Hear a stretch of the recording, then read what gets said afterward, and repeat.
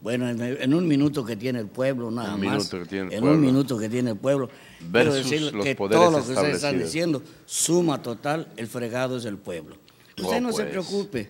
Si a usted, comercio, le suben sus aumentos, mañana cambia etiquetas en la mercancía y nosotros pagamos ese impuesto. Ustedes, los de turismo, no se preocupen. Si les meten el impuesto, mañana le suben ustedes el impuesto a los que viajamos, a los pobres que con trabajo vamos en guagua a Valladolid. ¿Qué esperamos? Esperamos que el PRI por mayoría va a decir que sí. Los señores, por más que griten, o sea, el impuesto viene. Y no se preocupen, el pueblo paga. Es todo lo que tengo que decirles. Entonces ya mejor acabamos la mesa. ¿Para qué vamos a discutir más? Ya nos vamos. Ya está hecho el pastel, ¿para qué vamos a discutir más? Ya. Él manda en la mesa de las personas de la tercera edad, ahí en el café donde se juntan por el Bazar García. Ya está hecho el pastel, ¿para qué vamos a discutir? Mañana va a salir. Pero fíjate que es una observación que tiene mucho que ver con la percepción que verdaderamente existe. Sí, la percepción de la gente. Claro. No, de hecho, fíjate las llamadas, Arturo, que a los políticos les bajen el salario y no a los empleados. Eso lo dije ahorita hace rato. Si usted está de acuerdo que un diputado le den $500,000 de pesos de aguinaldo, que estas gentes que son... Que no son los locales, ¿eh? No, los locales no tienen 1,000,000, tienen $250,000. Tampoco es cierto. Bueno, vamos a hacer una pregunta aquí a usted personalmente, ahorita al pueblo. ¿Cuánto ganas de aguinaldo? De aguinaldo vamos a tener, proporcionalmente, lo que tenemos de hoy son 40 días. Estamos hablando, total, dígame total, no me digas días. Estamos hablando alrededor de 42,000 pesos. Dichoso, yo 1,000 pesos me da de jubilación. Y pero tengo que tú ver no eres diputado. No, hijo. soy un pobre barrendero de dichosos. Pero no es $250,000. ¿Y usted Jorge, por qué no le dan 50,000 pesos y el resto? Quítale el micrófono al pueblo, Bueno, entremos al detalle. Decíamos, el detalle es en qué parte ustedes están poniendo los puntos sobre las sillas. Bueno, nosotros hemos revisado cómo se ha ido comportando en los ingresos del gobierno del Estado a partir de 2007 a la fecha, y los incrementos, y así lo hemos manifestado, han sido incrementos extraordinarios. Una buena gestión para obtención de recursos, y yo creo que si bien, si no se me escapa la memoria, arrancamos 2007 con 15,000 millones de presupuesto, 17,000, 21,000 y hoy estamos pretendiendo 25,000.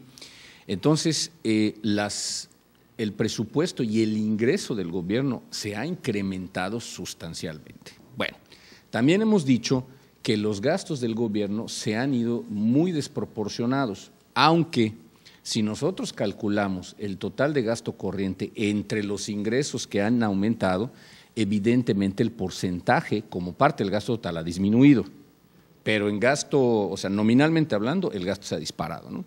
Y también hemos dicho que hay mucho gasto en áreas que no son estratégicas para el desarrollo y el bienestar del pueblo y para que se sienta el beneficio, la percepción que tengan. Ahora, si nosotros estimulamos el empleo y las inversiones, ¿sí?, podemos obtener nosotros recursos adicionales. Hay un ejemplo muy claro. El otro día lo discutíamos en unas mesas de vivienda.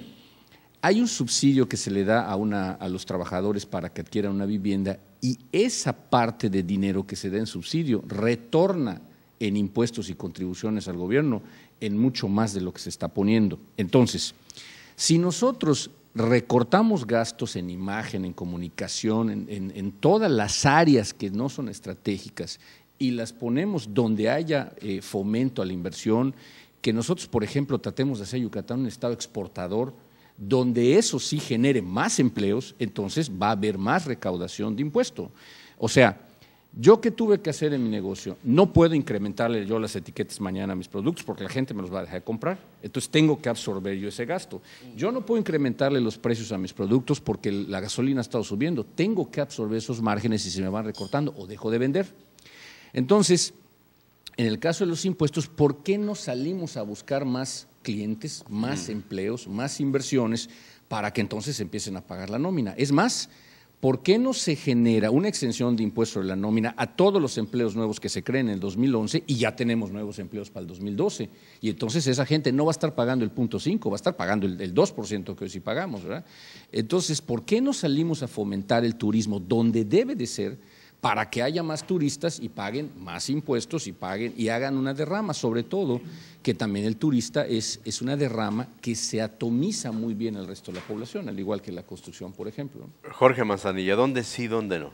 Mira, yo para no repetir algunas de las cosas que ya planteó Jorge Kamal, incluso para dejar más tarde que él le conteste a su sobrino o a alguien así que llamó la pregunta, quiero concentrarme en el tema de los impuestos. O sea, estamos de acuerdo en que, en principio, lo que Jorge Kamal está diciendo básicamente es que la recaudación debe de aumentar en razón de cómo aumenta la riqueza que se genera a través de más exportaciones, de más negocios, de nuevos empleos, etcétera, etcétera.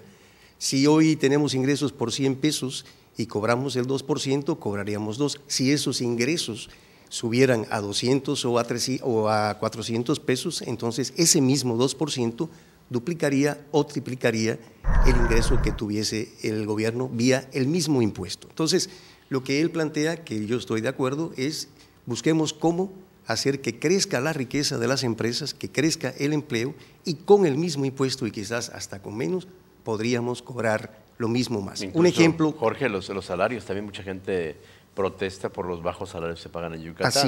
Así es, que es uno de los problemas, porque cuando comparamos Yucatán con Campeche en cuanto, por ejemplo, al 3% en turismo, que por cierto es uno de los Campeche impuestos… cobra el 3% por turismo. El 3%. Hospedaje. De hospedaje, pero es uno de los impuestos menos lesivos y voy a explicar ahorita por qué, si me lo permiten.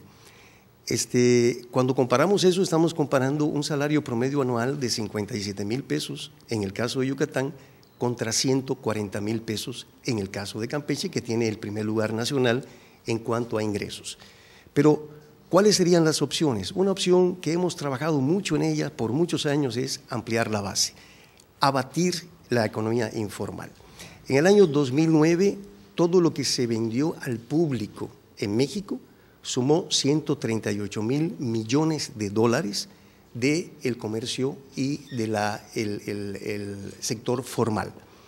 Y lo que se vendió a partir de la economía informal fueron 90,000 millones de dólares. Estamos hablando de que es un 65% los 90,000 millones de los 138,000 millones. Si ese dinero estuviera dentro de la economía formal, el IVA, en lugar de haber subido del 15 al 16, se pudo haber abatido al 12%, porque cada punto porcentual del IVA es alrededor de 36,000 millones de pesos.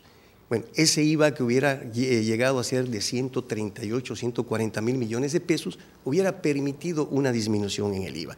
Una disminución en el IVA basada en una mayor recaudación haría que Zapote tuviese más dinero, le quedara más dinero para comprar algo más y que yo también y todos los que estamos en esta mesa. Eso es lo ideal, pero desde luego es la vía más difícil. Ahora, yo, si me lo permite, José Luis, quisiera hablar de este impuesto, que me gustaría hablar de cada uno de ellos, si se puede, si hay tiempo, que platicáramos de cada uno de los impuestos que se pretenden.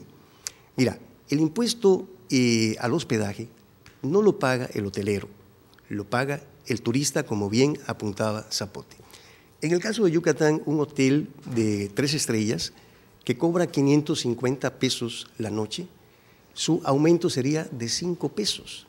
Ese es el aumento que se está planteando, de 5 pesos. Estamos hablando de 45 centavos de dólar, y yo quiero saber qué turista extranjero no puede disponer de 45 centavos de dólar. ¿Qué es lo que discutimos, por lo menos en la Cámara de Comercio, Servicio y Turismo?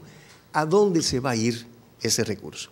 Si ese recurso se integra a el fideicomiso que ya existe para ese 2% que hoy día se recauda, y que a partir de ese fideicomiso, que todo el dinero se destina a promoción turística, también esa parte se ingrese, y que ese fideicomiso tenga una capacidad más democrática para decidir cómo se usa el dinero, yo creo que los hoteleros no tendrían tanta objeción en la implementación de ese impuesto porque es muy pequeño.